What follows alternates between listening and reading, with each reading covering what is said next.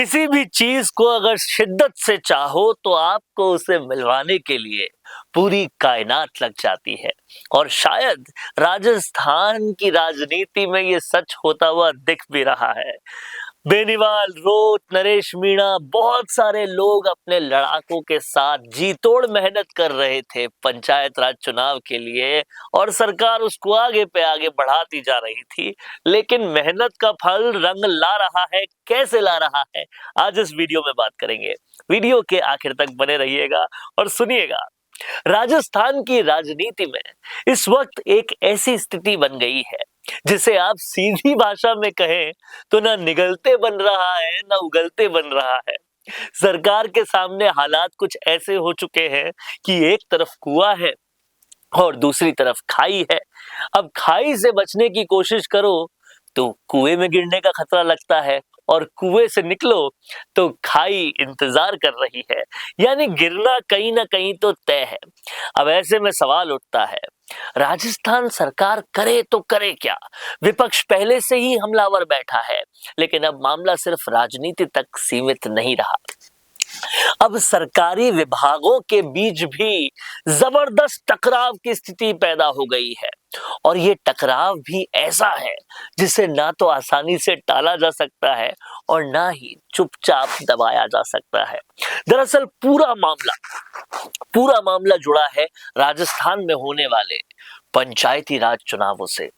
अब पंचायत चुनाव वैसे तो करीब 1 साल पहले हो जाने चाहिए थे, लेकिन सरकार की टालमटोल, बहाने और प्रक्रियाओं की आड़ में ये चुनाव लगातार टलता गया, और अब मामला यहां तक पहुंच गया कि राजस्थान हाईकोर्ट ने 15 अप्रैल की डेडलाइन तय कर दी।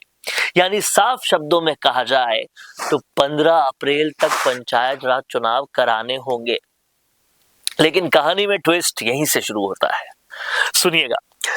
राज्य सरकार ने इस डेडलाइन को चुनौती देते हुए मामला सुप्रीम कोर्ट तक ले जाने की पूरी कोशिश की, एक एसएलपी लगाई। उम्मीद थी कि शायद यहां से राहत मिल जाए, समय मिल जाए। लेकिन सुप्रीम कोर्ट ने साफ शब्दों में कह दिया, हम इस मामले में दखल नहीं देंगे, और इसके साथ ही एसएलपी को खारिज कर दिया। अब समझिए इसका मतलब क्या हुआ। इसका मतलब ये हुआ कि राजस्थान हाईकोर्ट की 15 अप्रैल वाली डेडलाइन ही फिलहाल अंतिम मानी जाएगी, और यहीं से सरकार के सामने सबसे बड़ी मुश्किल खड़ी हो गई। और मुश्किल सच में बहुत बड़ी है, क्योंकि अगर 15 अप्रैल तक चुनाव नहीं होते तो मामला सीधे सीधे अवमानना मतलब कंटेम्प्ट ऑफ कोर्ट तक पहुंच जाता है। और जैसे ही अवमानना की चर्चा शुरू हुई, वैसे ही एक और बड़ा मोड़ आ गया। राज्य निर्वाचन आयोग, स्टेट इलेक्शन कमीशन ने अचानक से अपनी स्थिति बिल्कुल साफ कर दी।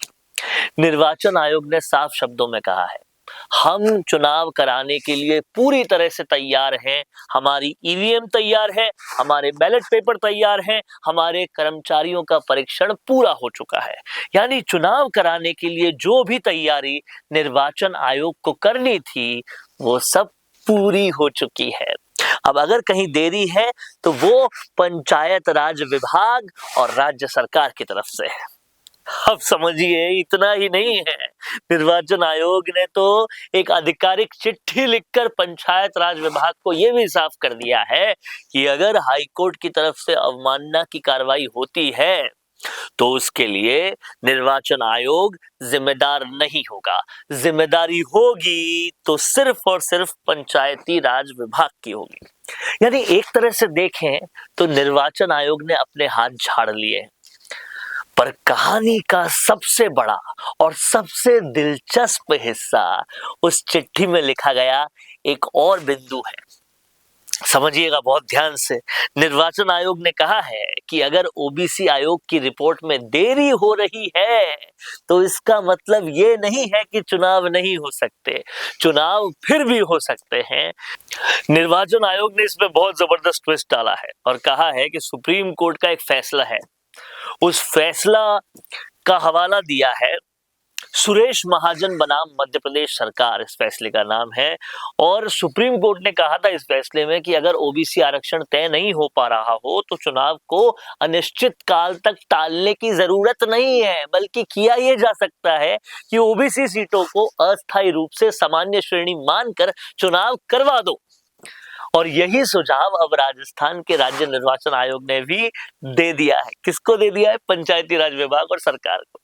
निर्वाचन आयोग ने कहा है एससी और एसटी सीटों का आरक्षण तो पहले से ही तय है, उन्हें आरक्षित कर दो, लेकिन अगर ओबीसी आयोग की रिपोर्ट नहीं आती तो बाकी सीटों को सामान्य श्रेणी मानकर अधिसूचित कर दिया जाए, कहां दिक्कत है, और उसके बाद चुनाव कराए जा सकते हैं। अब जरा सोचिए, इस एक सुझाव ने राज्य सरकार की मुश्किल न सिर्फ बढ़ाई है, चरम सीमा पर डाल दी है। क्योंकि अब अगर चुनाव नहीं कराती सरकार तो अदालत पूछ सकती है, जब निर्वाचन आयोग तैयार है और विकल्प भी मौजूद है तो चुनाव क्यों नहीं हो रहे। और अगर सरकार चुनाव करवा देती है तो एक और बड़ा संकट खड़ा हो सकता है। वो संकट है ओबीसी समाज का, क्योंकि अगर बिना ओबीसी आरक्षण के चुनाव हुए तो ओबीसी वर्ग के लोग भयंकर नाराज हो जाएंगे और राजनीति में ये नाराजगी भारी नहीं, बहुत भारी पड़ सकती है। इधर विपक्ष पहले से ही हमला बोल रहा है।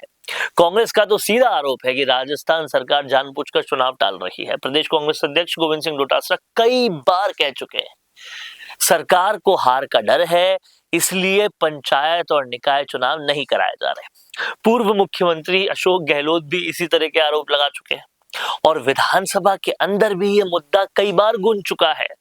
कांग्रेस नेताओं का तो यहां तक कहना है कि अगर सरकार को अपने काम पर भरोसा है तो वो चुनाव की तारीख घोषित करे और मैदान में आए।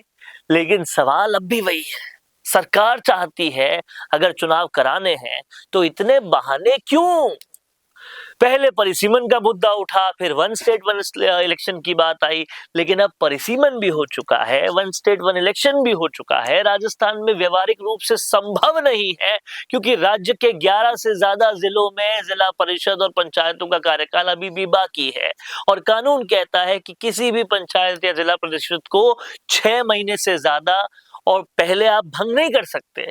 यानी सभी जगह एक साथ चुनाव कराना संभव नहीं है। अब ऐसे में सरकार के सामने विकल्प क्या बचता है? या तो 15 अप्रैल से पहले चुनाव करवा दो या फिर हाई कोर्ट जाकर समय मांगो। और सूत्र बताते हैं कि सरकार अपनी तरफ से हाईकोर्ट में समय मांगने की तैयारी कर रही है, जबरदस्त तरीके से चल रही है। दलील अब ये दी जा सकती है कि ओबीसी आयोग की रिपोर्ट अभी तक नहीं आई है और जब तक रिपोर्ट नहीं आती तब तक आरक्षण की लॉटरी संभव नहीं है। लेकिन सवाल फिर वही खड़ा होता है, ओबीसी आयोग का गठन 2025 में हुआ था और अब उसे बने 10 महीने से ज्यादा का समय हो चुका है, फिर भी रिपोर्ट क्यों नहीं आई? खुद ओबीसी आयोग का कहना है कि उन्हें जो जनगणना के आंकड़े दिए वो सही नहीं है। अब यहाँ बहुत ही दिलचस्प विरोधाभास सामने आ रहा है। उन्हीं आंकड़ों के आधार पे परिसीमन हो चुका है, पंचायतों का बंटवारा हो चुका है, जिलों और तहसीलों की सीमाएं तय हो चुकी है, लेकिन जब बात ओबीसी आरक्षण की आती है तो कहा जाता है आंकड़े सही नहीं है। तो अब पूरा मामला एक ऐसे चौराहे पर खड़ा है जहां से हर रास्ता मुश्किल है। अगर सरकार चुनाव कराती है तो ओबीसी समाज नाराज हो सकता है, अगर नहीं कराती है तो अदालत की अवमानना हो सकती है, और अगर समय मांगती है तो अदालत क्या फैसला देती है, ये भी अपने आप में बड़ा सवाल है। क्योंकि अगर हाई कोर्ट ने सुप्रीम कोर्ट के सुरेश महाजन केस का हवाला देते हुए कह दिया कि ओबीसी सीटों को सामान्य मानकर चुनाव करा दो, तो फिर राज्य सरकार के पास बहुत ज्यादा विकल्प नहीं बचते हैं। अब सबकी निगाहें टिकी है 15 अप्रैल पर, क्योंकि चुनावी प्रक्रिया शुरू करने के लिए कम से कम 20 दिन का समय चाहिए। यानी अगले कुछ दिनों में ये साफ हो जाएगा कि राजस्थान सरकार की मंशा क्या है। क्या सरकार चुनाव कराएगी, क्या वो समय मांगने जाएगी, या फिर कोई तीसरा रास्ता निकलेगा? फिलहाल राजस्थान की राजनीति में ये सवाल यक्ष प्रश्न बन चुका है और जैसे ही इस पर अगला फैसला आएगा उसका असर सिर्फ पंचायत चुनावों पर नहीं बल्कि राज्य की पूरी राजनीति पर भरसक रूप से देखने को मिलेगा। फिलहाल के लिए इतना ही, फिर मिलेंगे एक और बड़े मुद्दे की पड़ताल के साथ। देखते रहिए द फैक्ट इंडिया न्यूज। रुकिए और जरा ध्यान से सुनिए। क्या आप हमारी इन खबरों से अपने व्यापार को भी बढ़ाना चाहते हैं? तो आप भी खबरों के दौरान इस तरह के एलिमेंट्स पर अपना विज्ञापन दे सकते हैं या फिर ऐसे खबर के 1 मिनट बाद अपना पूरा विज्ञापन डलवाएं, जो कि 8 लाख से ज्यादा सब्सक्राइबर्स और फॉलोअर्स वाले द फैक्ट इंडिया चैनल्स और पेजेस से राजस्थान के कोने कोने में पहुंचेगा और इससे आपका व्यापार, ब्रांड सब कुछ बढ़ेगा।